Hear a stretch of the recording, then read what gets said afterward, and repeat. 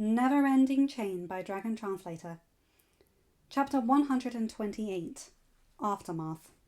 How many? Gyda asked Spitelout as the man finished speaking.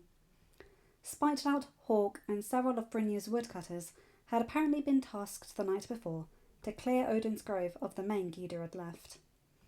Just after midday meal, Stoic had called for a council meeting, a combined human and dragon council, since the elders were in attendance.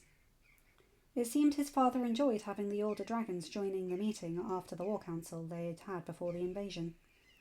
Spitelout's report had begun this meeting, and it seemed Gyda did not agree with the number she had heard. 30, lass. Gyda frowned. She stared up at the rafters of the great hall. Hiccup watched her. He knew what that look on her face meant, and it caused a cold spear to race down his spine. There be something wrong? Stoic asked from the middle seat, the rest of the council to either side of him, with the addition of Hiccup sitting at his father's right hand. As had been the norm since the Changeling King offered to teach Hiccup how to be an alpha, he joined his father in council meetings. Stoic wanted him to learn everything he would need when he took over as chief one day. Hiccup did not mind much.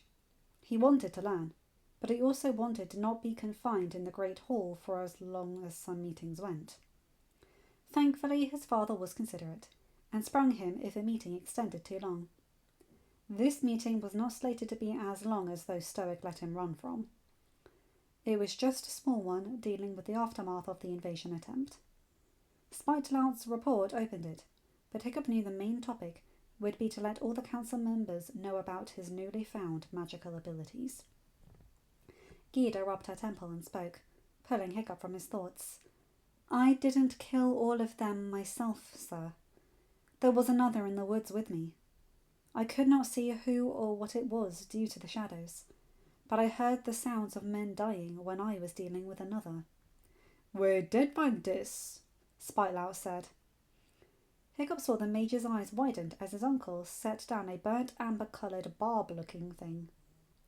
Gyda slowly walked closer to the table and picked it up.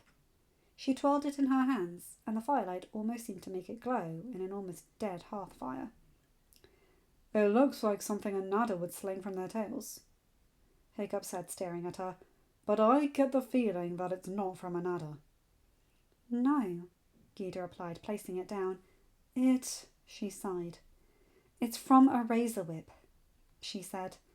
That's not a name I recognise from the old Book of Dragons, Hiccup said, glancing over at his father.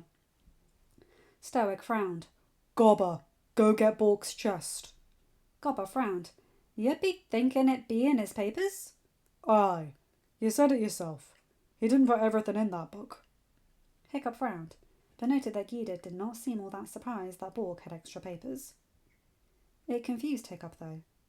Their first night after starting dragon training, Gobber had said the book held all the information they had on every species they knew about. Why would Bork keep extra papers? That implied there were things he did not put in the book, which would render Gobber's statement as false.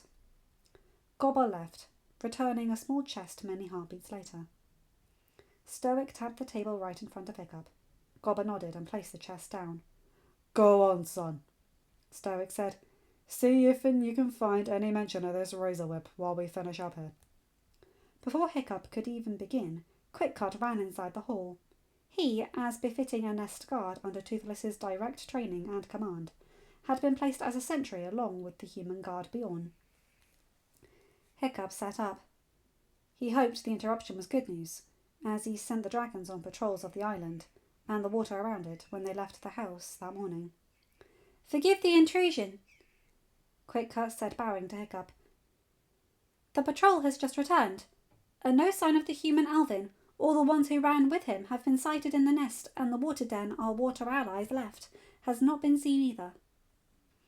Hiccup frowned. That meant Alvin had gotten away.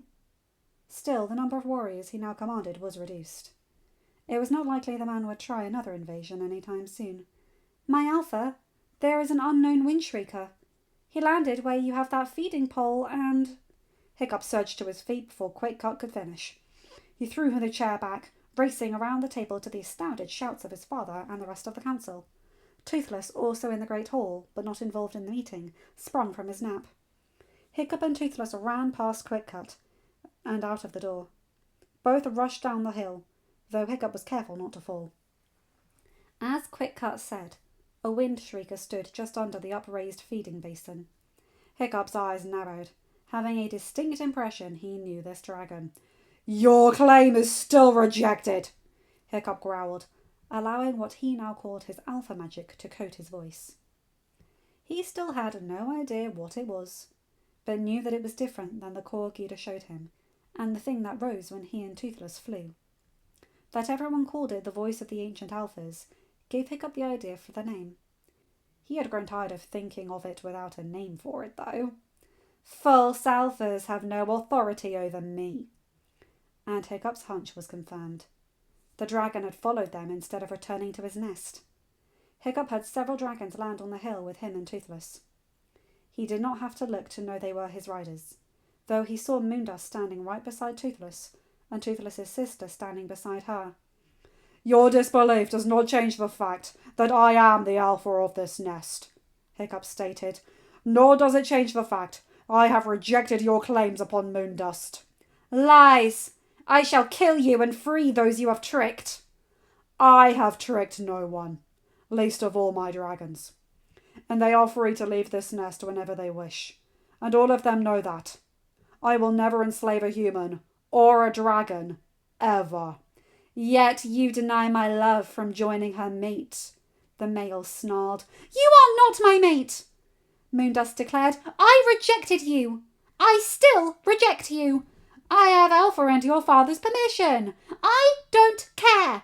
I don't want you. I never wanted you. You let me sleep next to you to keep us both from freezing because we were both tasked with that patrol. It was not an invitation to place your wig over me." Hiccup blinked as Toothless snarled, low and dangerous. The snarl was echoed by his sister. "You dare wing cover her without her permission?" Toothless demanded, and his tone promised death to the male. Hiccup did not interrupt his brother, realizing that this was of some great importance to the Night Furies.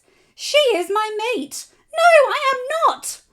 Hiccup's eyebrows lifted as Moondust ducked her head, moved under Toothless's wing, and curled her head until the top of it rested underneath Toothless's chin. This seemed to enrage the other male, as he screeched something in the old tongue that had Toothless's sensing lobes flattening against his skull, and a growl Hiccup had never heard before rumbling from Toothless's throat. "I have made my choice," Moondust said, not moving her head. "It is not you." "I will kill you," the male hissed. "No," Hiccup said, moving to stand in front of his brother and Moondust. "You will leave. I grant you no mercy or forgiveness for your violation of civility laws, and exile you." Hiccup blinked as an adder spike slammed into the stone at the male Night Fury's paws. The male jumped, hissing. More spikes flew. These embedded into wing membrane. The male screeched in pain. Fiery balls of lava rained down upon the male. Hiccup looked up, finding 2 nest gronkles hovering in the air. The male's screeching again had Hiccup looking down, in time to see Shadowfire, teeth gripping the male's tail right above the tail fins, sling the male across the plaza. The male crashed against an empty wooden cart, crushing it. "Hold!" Every dragon stopped. Hiccup stared at the male. "You have this one chance. Leave, or I will let them resume, and this time I will not stop them." End of chapter. Hi guys, hope you enjoyed that one. Holy crap! So, a tint about the razor whip, but this thing with Moondust, it's the next chapter or two where it truly comes into light. Oh my god, I just want to hug her, and this male deserves what's coming to him. Anyway, you guys know the drill. Like, comment and subscribe, and hit that bell to be notified for whenever I upload a new video. Have a good day, night, or whatever time zone you're in. Bye my guys, gals, and albino pals. I'll see you in another video. Take care.